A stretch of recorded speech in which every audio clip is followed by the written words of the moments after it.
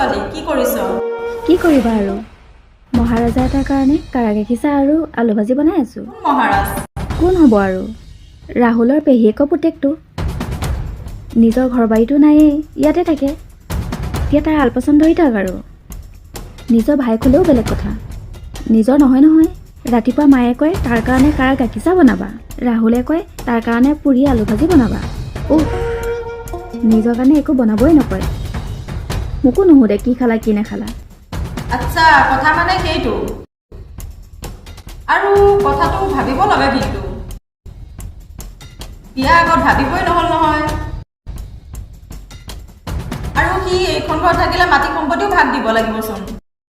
তাকেতো নাজানো কি কৰিব ৰাখিছে তাক। তুমি কিবা এটা বুদ্ধি দিয়া না তাক খেদিবৰ কাৰণে। ৰ মই কিবা এটা ভাবিব লাগিব। মই বুদ্ধি এটা দি আছো ৰ।